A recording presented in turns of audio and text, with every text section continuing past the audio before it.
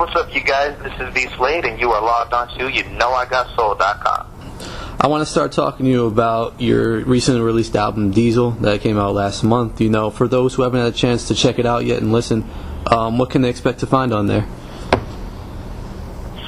Wow, this album is, I would say, it's a very refined work because I went through being refined as a person. Mm-hmm. So it's really an album of full acceptance. There's no explanation, no defense, no chip in the shoulder, just really good music, great storytelling, pop, rock, and soul. Yeah. That's the best way to describe the record, is pop, rock, and soul. Okay. And you named the album Diesel. You know, can you give me the reason behind the titling of that? Diesel actually came to me while I was in the studio. The word just dropped in my heart, and I asked those who were in the studio with me at the time, what did that word mean? And they explained, you know, octane, heavy, strong, you know, sturdy, you know. And so I was thinking, that's how I feel now in life. Yeah. You know, now that I've paid some dues and have evolved as a person, I feel something more grounded. Yep. I can definitely appreciate gravity. And then, so I thought that was just it. I thought it had more so to do with me. And then as I kept working on the album, its meaning began to reveal itself even more. There was layers to it. And that Diesel was actually a type of, you know, fuel, but it also was a sort of tenacity that's inside of our blood, that when we want to give up, you know, we keep going. Yeah. And throughout the years, we've seen, you know, examples of that Diesel, civil rights movement, you know, how we moved from the slave ships to the White House as black men and the people, and all of the many struggles that even, you know, the LGBT community has went through. You know, it's been many years that, you know, we've been able to do the things that we want to do, but it really wasn't that long ago that we all couldn't do what we wanted to do. Yeah. And so, you know, I wanted to make sure that no matter how men, particularly men, express themselves, because there's so many different types of men, backgrounds, orientations, struggles, that we don't forget that we are standing on the shoulders of those who had that Diesel that didn't give up. So in our generation, when we were challenged, we would be ashamed if we gave up because we had a little bit of opposition or adversity. Yeah. These other people who before us went through so much more and endured, so we have Diesel in our blood. So no matter who we are, how we express ourselves, don't lose your Diesel, particularly for men. No matter how you express yourself, whether you're straight, gay, more masculine, or even more effeminate, you know, it doesn't matter what that is. Don't lose the essence of why you are a man and your manhood. That's the deeper message that came as I recorded the record. And this is also another album that I did not record until I earned the right to record these songs. So everything you hear is hot off the press, and nothing was recorded just for fun.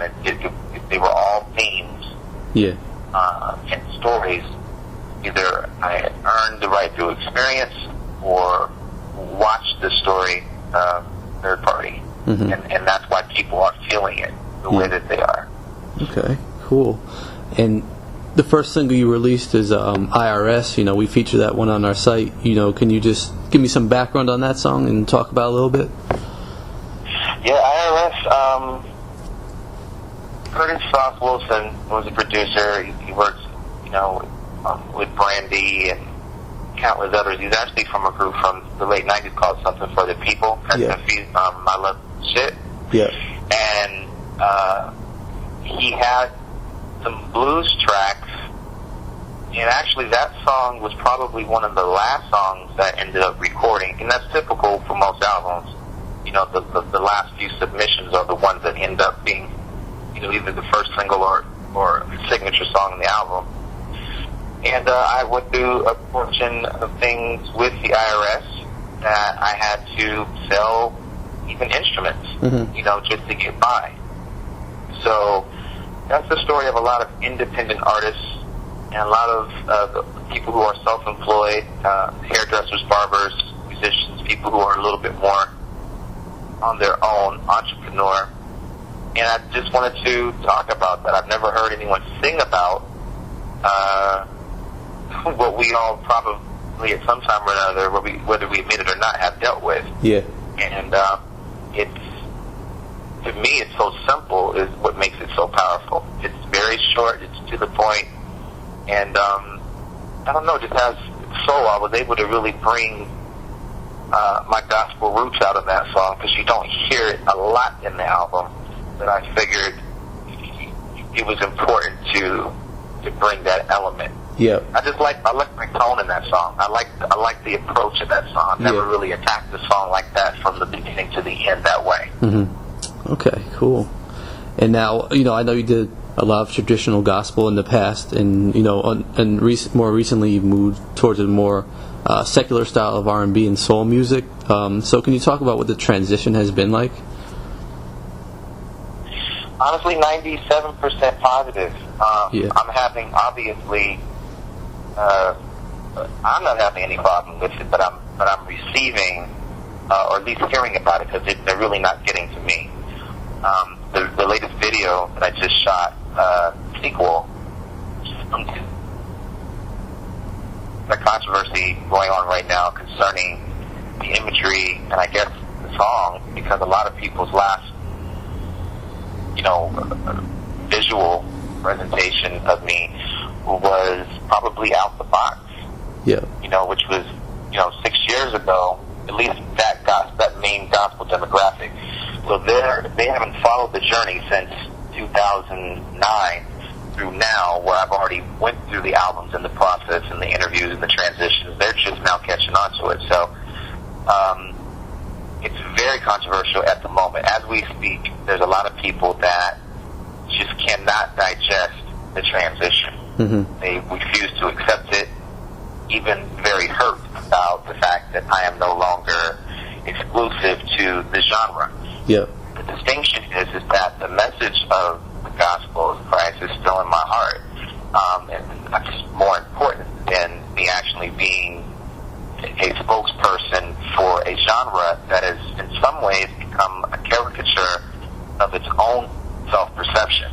Mm-hmm. And that's something I never wanted to be a part of, even when I was a gospel artist. But if they would look at the history, I was always on the edge. Yeah. I was always on the edge. I was always pushing, and then finally I evolved, not out of anger or rebellion. I've just always known there's something more that this gift that God gave me was supposed to do and reach way more people. Mm-hmm. So regardless of all of that, I've never seen the numbers that I've seen in the last 3 days. The video went from 100 plays to 9,117 plays. I've never seen those type of numbers on YouTube with any of my videos. Yeah. So something's working. Something's working right. That's something I wanted to actually talk to you about. Do you feel that, because especially for me out in New York, rarely do I hear, besides a handful of gospel artists, do I hear them on mainstream radio. And, why do you feel that's the case? Do you feel like it's harder for gospel artists to make it, into the mainstream? Why do you feel that's the case? I think that, number one, there's a production element. Gospel has a tendency to be a little too busy. Mm-hmm. The production is way too over-orchestrated. Mainstream, to me, the consumer of mainstream music can pretty much only tolerate 3 notes, 3 to 5 notes max as far as a melody, and there has to be space for the lyric and the story to come through. Gospel is very audacious in the sense that if you aren't going over the top with every element, production and vocals, then it's not being powerful or anointed or poignant. Mm-hmm. And most audiences, average audiences, mainstream, can only take in so much at a time. The second thing is the marketing. Radio promotions and video promotions, and even down to the styling of many of the artists is always, 18 to 24 months behind the market's curve. Wow. The third element, I believe, why gospel doesn't work in mainstream is because they want to pretend they don't want to cross over yet. Okay.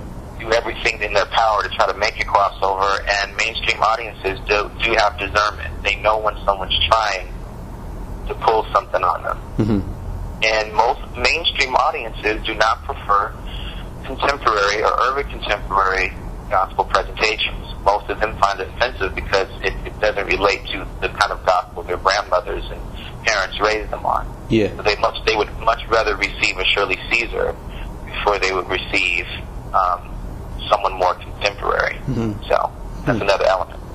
Very good points. It's interesting. Now, back to your album for a little bit. Did you have to approach this album any differently than your past albums? Basically with the transition that you went between genres. Was there anything different in your approach?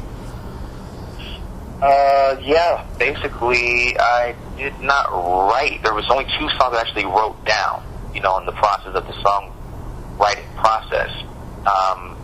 This process was different. Yeah. I just went into the studio and freestyled, or should I say channeled, or just became more of a conduit for what the universe wanted to bring through me. Okay. And I've never done it that way before. Yeah. That ever. And when now I can't think of any other way. I'm not saying I'll never write formatively again as far as conventional paper and pen, because I enjoy that as well. Yeah. But it seemed like that's been more for my poetry or introspective thoughts or things like that. But as far as this album, I've never approached songs where you just sit down and just sing and let the song and the universe and your experience speak through you. Mm-hmm. And it's amazing because I like experiencing my own work from almost like an out-of-body type of experience. Like, I'm in it, but I'm not a part of it. I'm an observer as much as I am a participant. Yeah.